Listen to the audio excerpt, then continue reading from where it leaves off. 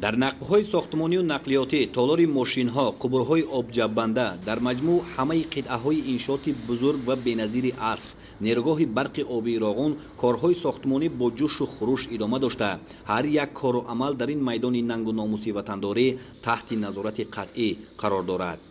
مصالح ساختمانی، دستگاه و تجهیزات و دیگر لوازمات استفاده شونده نیز اول از تشخیص گذرانده می شود و سپس به استحصالات روانه می گردد. مهیا نمودن شرایط مساعد کاری و تامین بخطری برای ساختمانچیان و دیگر کارمندان مهندسی و تکنیکی در این نیروگاه بی‌نظیر اهمیت اولین درجه دارد.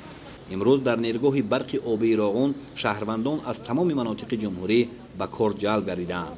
من سلامتچوف طالب هستم از نوع روشون ولایت مختار کشتان بدخشان.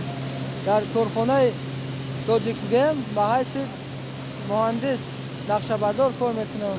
شرایط کار خوب است، با مسئولیت کار کرده شدیم. خودی کار مسئول است. این زمان ما در اگریگات چهارم کار فعالیت کرده شدیم. چنانه که میبینید ابیکت مهم جمهوری است. کوشش میکنیم که وظیفه بر دوش گذاشته مانه با مسئولیت با سر بران اجرا کنیم تا که سزاوار باری دولت و ملت باشه. مانند به سلامتچوف باز بیش از 100 نفر ساکنان شهر و ناحیه‌های ولایت مختار کوهستان بدخشان در نیروگاه برق آبی راغون همچون مهندس و ساختمانچی، راننده و اداره کننده تکنیک و مکانیزم گوناگون تمغه با مسئولیت بلند وطنداری و حس خودشناسی و خودآگاهی کار و فعالیت میکنند. ما اولغبیک بیر داد خدایش زاده نای شغنان ولایت مختار کوهستان بدخشان آماده همچون برقچی کار و فعالیت کرده ایستاده. شرایط کاری ما برای خیلی خوب است. ما شرایط کاری خود چه منت داریم. جای کار، جای خوب، همه خورد و خوراک همش تامین است. منتداری خود را با پیشوای ملت محترم امام علی رحمان بیان میکنیم که ما را دستگیری میکند و شبکه‌جانی شرایط ما کار کرده است. در مجموع امروز در نیروگاه برق آبی راغون بیش از 22,000 نفر به کارهای ساختمانی مشغولند. اجرای کارهای ساختمانی از طرف متخصصان بلند اختصاص ریاست شعبه‌های نظارتی سنجیده می شود. کارهای ساختمانی از طرف نمایندگان ریاست نظارت تکنیکی، کمیسیون تکنیکی شبانه روز تحت نظارت است و همه کارها موافق معیارهای ساختمانی و طلبات‌های جهانی قبول کرده می شود. این چنین با ما شرایط کارگران و تکنیکای بخطری آنها را تحت نظارت قرار دادیم. در نقب ساختمانی قبط چهارم کارهای خواباندن بتون یاریدهنده در قسمت کف از سمت چپ ادامه داشته. خواباندن بتون یاریدهنده در سمت راست تا پیکت 300 به انجام رسانیده شده است. در قسمت سقف کارهای ارماتوربندی، قالب‌گذاری و آمادگی برای خواباندن بتون کنستروکتیوی رفته ایستاده است. از پیکت 325 تا 350 باشد گذراندن پای ارک‌ها و خواباندن بتون یاریدهنده ادامه دارد.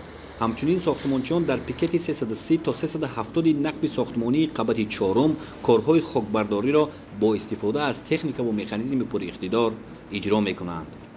در این نقب مثل دیگر انشاءات‌ها کار به طور شبانه روزی ادامه یافته ایستاده است. در این نقب زیاده از 20 عدد تکنیک‌ها و مکانیزم‌های پراقتدار سفربر کرده شده است. مسئله نظارت صفت کارهای ساختمانی از طرف آزمایشگاه مرکزی در بستگی همه شبانه روزانه تحت نظارت آزمایشگاه مرکزی قرار دارد.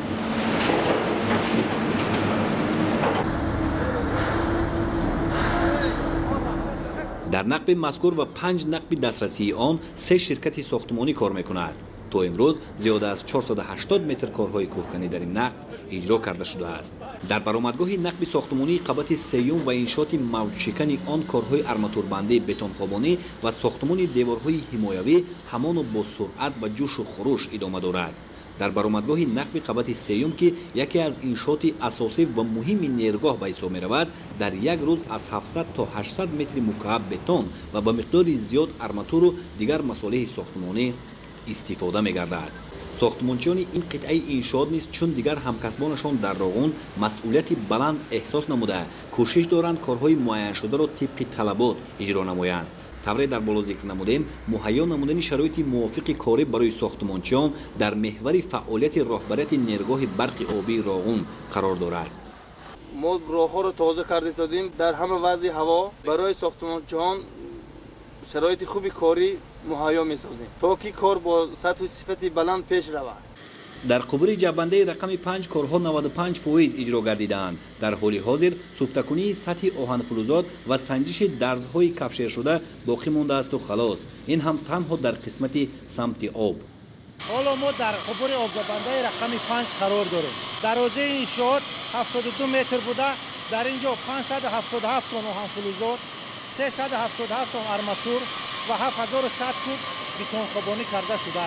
کارها در اینجا در دو بست رفته شده است، شبانه روزی اجرا کرده می شوند و همه کارها اجرا شده زیر کمیسیون نظارتی است، تحت نظارت هستند و سنجیده پورا سنجیده می شوند.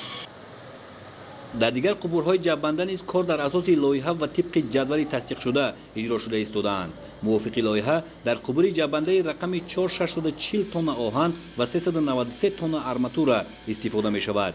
تا امروز ساختمانچیان توانستند 417 تن آهن و 242 تن آرماتور را وصل و نصب نمایند. از حجم عمومی کارهای بتون خوابانی در قبور جنبنده رقم 4 بیش از 60% نقشه اجرا گردیده است. در قبور آبجنبنده رقم 4 که حال ما دیده ایستادیم از پیکت 05 سر کردگی تا پیکت 015 وصل نصب آهن و آهن فلزات 50 رسانیده شد. من حال کار کفشگری در اینجا رفته چخیلی که ما میبینیم از پیکت 020 تا پیکت 040 وصل نصب رفته ایستاده است. در آنجا حالا کارهای کفشگری رفته ایستاده است. ما امامقل ودیب نویه شغنان ولایت مختار کوهستان بدخشان در نیروگاه برقی آبی راغون کار کرده هستم به حیث مهندس.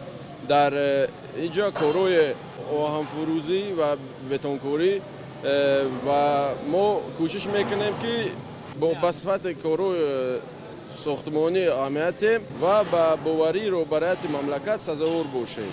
امروز برای ما شرایط کاری خیلی خوب است و ای لباس، ای خوراک و اولیک خوب میتن وقت به وقت اولیک مون میگیریم. ما خیلی شاد هستیم که در وطن خودمون جای کار داریم و زندگی خوب داریم.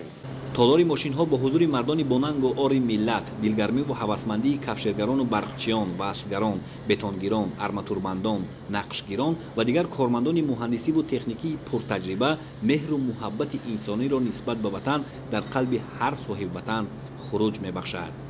کارها در این انشاءات که یکی از کلانترین و بی‌نظیرترین انشاءات در زیر کوه به حساب می‌رود با اوج ادامه دارند. من سردار قلعه آپارتای NBO راغون نظر خیریدین در ساختمان نیروگاه برقی آبی راغون زیاده از 18 نقطه آپارتای زیرزمینی است. ما کوشش کرده ایستادیم که سری وقت آبهای زیرزمینی و فیلتراسیونی رو برطرف نموده برای ساختمانچیان شرایط خوبی کاری فراهم کنیم. در وقت بیان شده کارها اجرا شده. تا امروز در اگریگات رقم 5 کارهای آرماتوربندی و بتون خوابانی پورا به انجام رسیده است و حالا رنگ و باری بالای بتون و وصل و نصب تجهیزات گیدرتکنیکی رفته ایستاده است. این هم در حال انجام یابی قرار داشته، تنها وصل و نصب روتور جنراتور باقی مانده است و خلاص.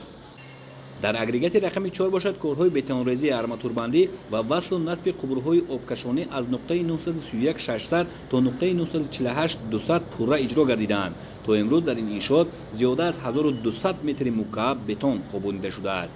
حجم آرماتور استفاده شده باشد بیش از 88 تن را تشکیل می‌دهد. خلاصه در همه قطعه‌های این میدان شرف و آبرو برای ملت تاجیک در نیروگاه برق آبی راغون کارها در اساس نقشه، طبق لایحه و با سطح و صفت بلند ادامه دارند. شروع از کارهای ساختمانی تا شرایط امکانیت ساختمانچیان و دیگر کارمندان مهندسی و تکنیکی در مجموع بنیاد نیروگاه برق آبی راغون از همه جهت تحت نظارت اساسگزار صلح و وحدت ملی پیشوای ملت پرزیدنت جمهوری تاجیکستان محترم امامه رحمان قرار دارد و اگریگات‌های آن چون اگریگات اول به نوبت و در مهلت‌های معین شده مورد بهره برداری قرار خواهند گرفت.